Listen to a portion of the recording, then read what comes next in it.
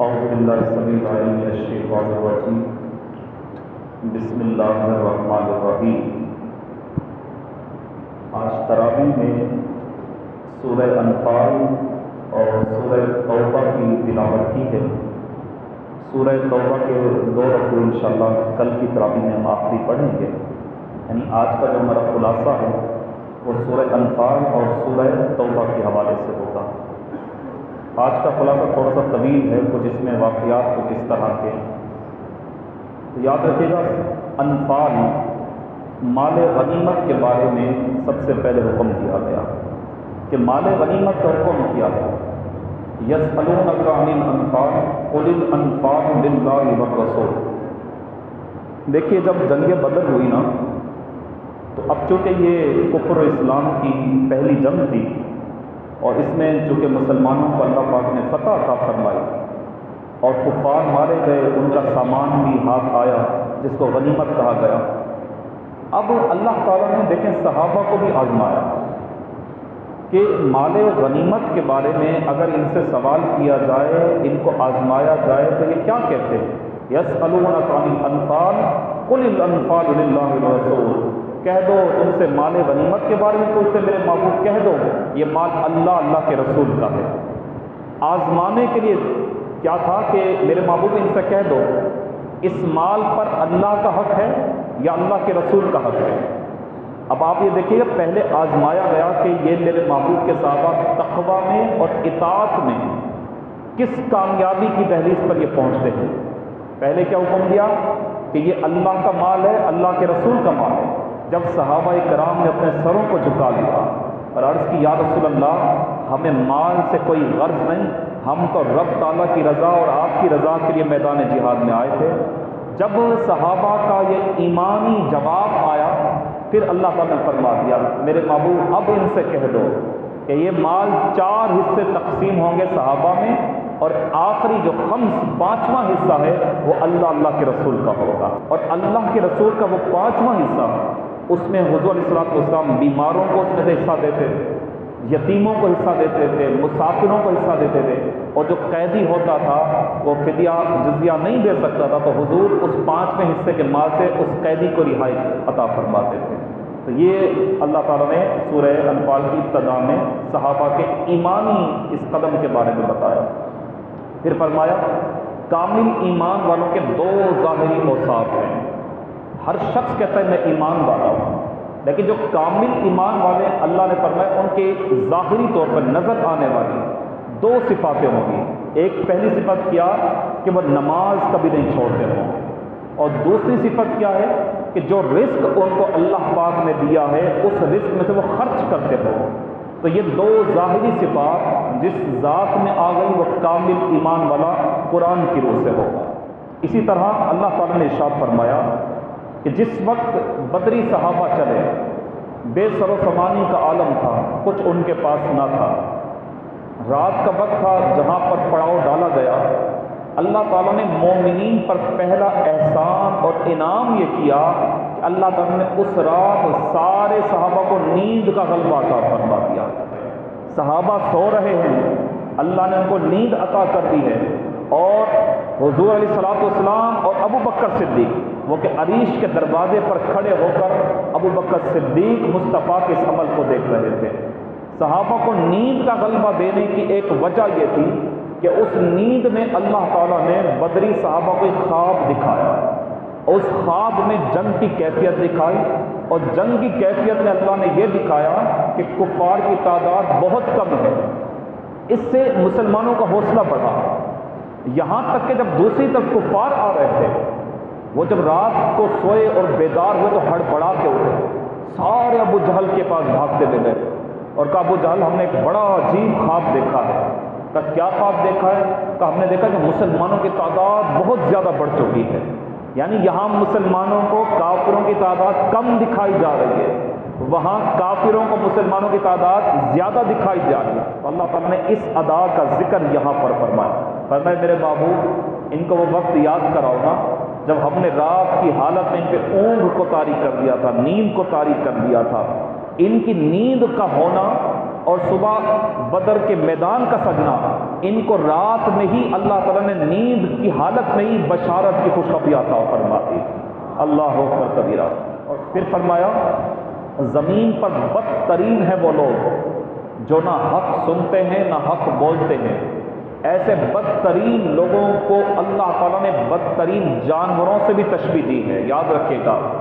اور اس کا اطلاق سب پر ہوتا ہے، کافر تو ہے ہی بدترین مخلوق نا، لیکن جو مسلمان ہے، خدا نہ خواستہ کوئی ایسا مسلمان جو اگر حق کو دیکھتے ہوئے حق نہ بولے، حق کو سنتے ہوئے حق کی طرف توجہ نہ کرے، تو ذرا وہ سوچے کہ یہ مثال کیا اس کی ذات پہ لگتی ہے یا نہیں لگتی۔ اسی طریقے کے ساتھ ارشاد ہوا واتقوا فتنۃ لا تصیبن الذین ظلموا منکم خاصہ۔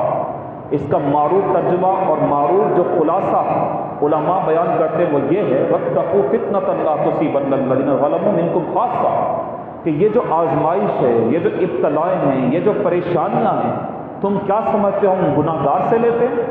گناہ گار کو تو اللہ فرما رہے ہم ڈھیل دیتے ہیں، اگر وہ توبہ کر لے تو بہت اچھی بات ہے، تو اگر نہ ہم کو ڈھیل دے رہے وہ اپنے گناہ پہ مزید ڈٹ جائے تاکہ پھر اپنا دردناک عذاب دنیا میں، قبر میں، حشر میں اس کو عطا کرے۔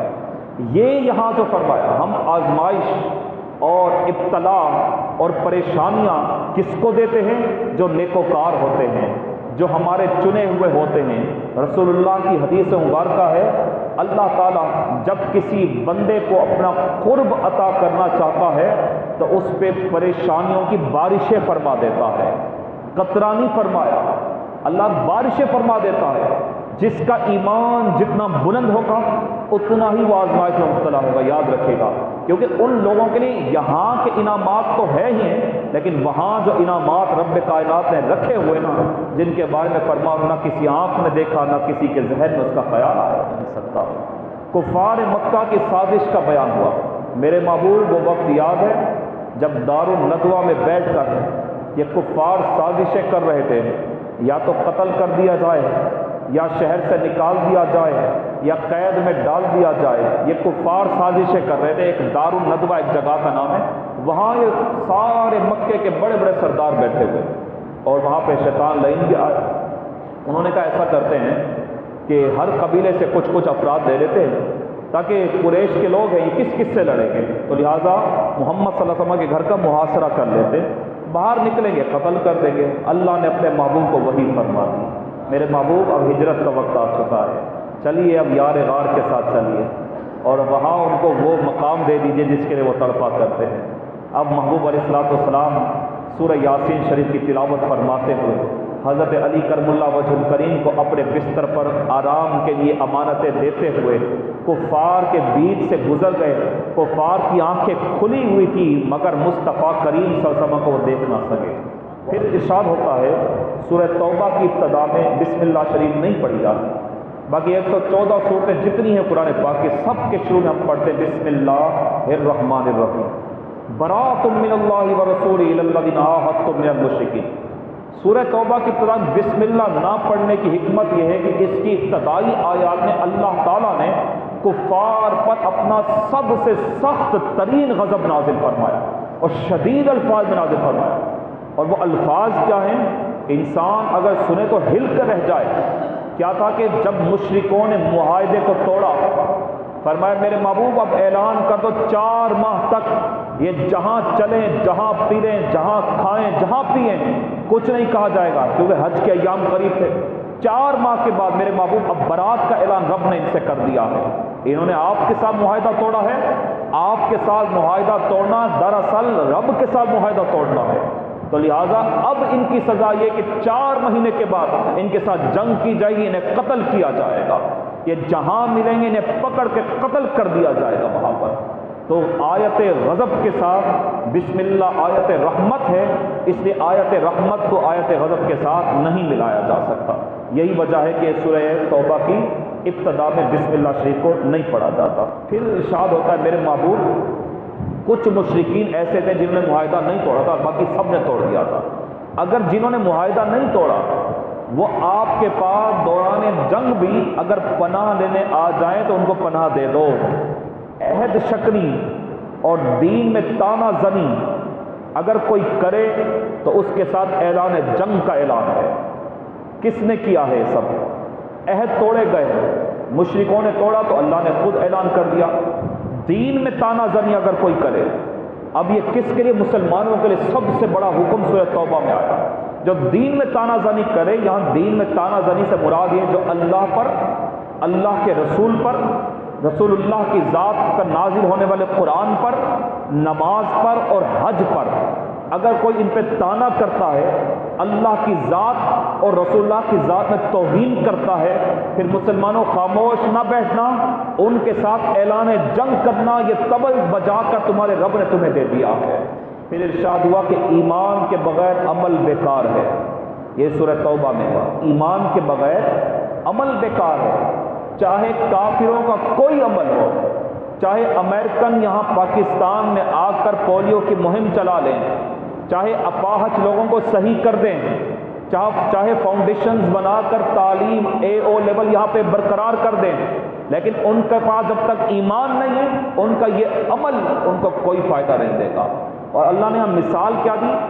تم اگر ایمان والے نہیں ہو، تم اگر عمل یہ کر لو کہ تم حاجیوں کے لیے سبیل لگاؤ اور حاجیوں کو اٹھ اٹھ کر پانی پلاؤ، حاجیوں کو شوربہ پلاؤ، ان کو روٹی کے ٹکڑے دو، لیکن اگر ایمان نہیں ہے تمہارا یہ عمل کوئی اللہ کی بارگاہ میں قابل قبول نہیں ہو۔ اس کے بعد ارشاد ہوا قل ان کان آباؤکم وابناؤکم واخوانکم وازواجکم وعشیرتکم واموال اقترفتموها وتجارۃ تخشون کسادها، تم کہہ دو تمہارے بیٹے، تمہاری بیویاں، تمہارے بھائی، تمہارے گھر والے، تمہاری تجارت وہ جس کے خسارے کا تمہیں ڈر ہوتا ہے، یہ سب کچھ اگر تمہیں اللہ کے رسول کی رضا اور جہاد سے پیارا ہے، پھر انتظار میں بیٹھ جاؤ، اللہ تم کو اپنا فیصلہ خود مسلط فرما دے گا۔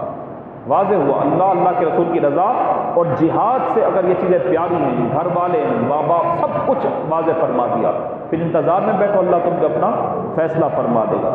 غزوہ حنین کا ذکر ایک جھلک یہاں پہ بیان ہوئی۔ آخری بات، اللہ تعالیٰ خود پسندی کو پسند نہیں فرماتا، غرور کو پسند نہیں فرماتا، تکبر کو پسند نہیں فرماتا۔ جب 9 مسلم بھی آتے گئے اور مسلمانوں کی تعداد بڑھتی گئی، کوئی تقریباً کسی راوی نے لکھا 5000 کا لشکر، کسی نے لکھا غالباً 12000 کا لشکر غزوہ حنین میں مسلمانوں کا ہوا۔ اب یہ حنین کی جنگ کے نکلے تو ان میں سے جو مسلمانوں نے اپنی تعداد دیکھی اور ان کو وہ وقت بھی یاد آیا کہ بدر میں ہماری تعداد کیا تھی، احد میں کیا تھی، خندق میں کیا تھی، آج حنین میں ہم حنین کی گھاٹی کی طرف جا رہے ہیں اور ہماری تعداد بھی اتنی زیادہ، ہمارے پاس گھوڑے بھی بہت زیادہ، ہمارے پاس سب کچھ، تو کسی نے کہہ دیا آج ہم پر کون بھلا غالب آ سکتا ہے۔ بس یہ کہنا تھا تو حنین کی وادی میں جیسے ہی مسلمانوں کا لشکر گیا، قبیلہ بنو ثقیف کے لوگوں نے اوپر سے پتھراؤ شروع کر دیا، دوسری طرف سے پہاڑ کی چوٹی سے تیر برسانا شروع کر دیے، یہاں تک کہ جو نئے مسلمان ہوئے تھے ان کے پاؤں اکھڑ گئے، وہ بھاگ گئے، اور کچھ اور مسلمان تھے ان کے پاؤں اکھڑ گئے۔ جب رسول اللہ نے اس حال کو دیکھا، یہاں تک کہ حضرت علی ایک طرف تھے، حضور علیہ السلام کے، حضرت طلحہ ایک طرف تھے، تیر آ رہے تھے، صحابہ اکرام اپنے سینوں پر لے رہے تھے۔ اب حضور علیہ السلام نے بلند آواز سے پکارا، یعنی اتنا ہو گیا وہاں حال کہ رسول اللہ کو خود بلند آواز سے پکارنا پڑا۔ کہا لوگوں کہاں ہو؟ میں محمد ہوں، عبد المطلب کا بیٹا ہوں، میں موجود ہوں۔ کیونکہ جب کفار نے دیکھا کہ مسلمان اب پیچھے ہٹنا شروع ہو گئے تو کسی نے اعلان کر دیا، جس طرح احد میں بھی اعلان ہوا تھا اور حنین میں بھی اعلان ہوا، کسی نے اعلان کیا معاذ اللہ محمد قتل ہو گئے۔ کیونکہ جب انہوں نے یہ اعلان کرنا تھا تو مسلمان ظاہری بات ہے اب آئے جب حضور کے لیے اور خدا نہ خواستہ یہ معاملہ مل جائے تو ان کی حالت کیا ہو گئی۔ جب یہ آواز حضور تک پہنچی تو حضور نے بلند آواز سے کہا انا محمد، میں عبد المطلب کا بیٹا محمد موجود ہوں، خبردار واپس لوٹ آؤ۔ پھر جو لوگ واپس گئے تو وہ پلٹ کر لوٹ آئے تو اللہ تعالیٰ نے ان کے پلٹ کے آنے پر جانے کے عمل کو معاف فرما دیا، جو پلٹ کر آ گئے۔ اور واضح ہوا میرے محبوب اب ان سے کہہ دو، انہوں نے خود پسندی کا اعتراف کیا تھا، اس اعتراف کے معاملے میں اللہ نے ایک جھٹکا دکھایا ہے آپ کو۔ غزوہ تبوک میں شرکت کا حکم دیا۔ یہ تبوک اس وقت ہوا جب پھل پک چکے تھے، یاد رکھے گا، اور گرمی بڑے زوروں پر تھی۔ منافقوں کا حال اللہ نے بیان کر دیا، پھر مسلمانوں کا حال بھی بیان کر دیا۔ اب یہ سفر ابھی شروع نہیں ہوا، اللہ نے اپنے محبوب کو وہی فرما دی، میرے محبوب ہم نے اعلان کیا تبوک کے لیے نکلو، یہ منافق جھوٹی قسمیں آ کر کہیں گے اور کہیں گے ہم اگر بیمار نہ ہوتے آپ کے ساتھ چلتے، ہمارے پاس اگر سواریاں ہوتی ہم آپ کے ساتھ چلتے، ہمیں بیوی بچوں کو چھوٹے ہیں بچے ان کا خیال نہ ہو تو ہم آپ کے ساتھ چلتے۔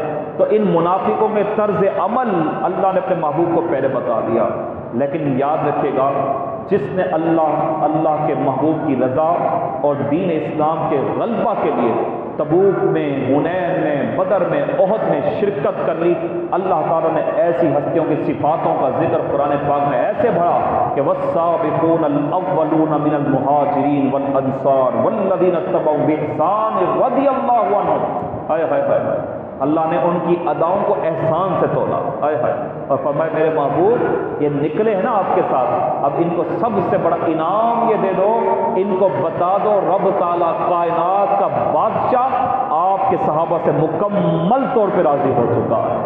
والذین اتخذوا مسجدا ضرارا وکفرا وتفریقا بین المؤمنین وارصادا لمن حارب اللہ، مسجد ضرار کو جلا دو میرے محبوب، کیوں کہ منافقوں نے بنائی تھی۔ ابو عامر فاسق تھا نا، اسے ملک شام سے خط بھیجا تھا منافقوں کے پاس، ایک مسجد بناؤ اور اگر تم کامیابی چاہتے ہو مسلمانوں کے خلاف فتنہ کرنے کے لیے تو کسی طریقے سے 2 رکعت نماز پڑھانے کے لیے محمد کو اس مسجد میں لے کر آ جاؤ۔ اب یہ منافق پہنچے، حضور مسجد بنائیے، کیوں بنائیے؟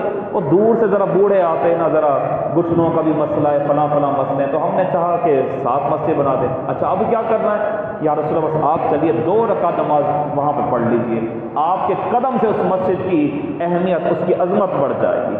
منافق بھی جانتا تھا جہاں قدم مصطفیٰ آ جائے اللہ تعالیٰ تو اس پتھر کو بھی بیت اللہ کی دیوار میں نصب فرما دیتا ہے۔ ہائے ہائے ہائے، اب محبوب علیہ السلام پہ اللہ نے وہی فرمانا نہ میرے محبوب نہ جانا، یہ مسجد تقویٰ کی بنیاد پہ نہیں بنائی گئی۔ پتہ یہ چلا کوئی مسجد ہو، کوئی مدرسہ ہو، اگر وہ تقوی کی بنیاد پہ وہ بھی نہیں ہے، یاد رکھے گا تو یاد رکھے گا وہ دین اسلام کی لفظ سازش ہے، تو اللہ نے اس کی ذکر یہاں فرما دیا۔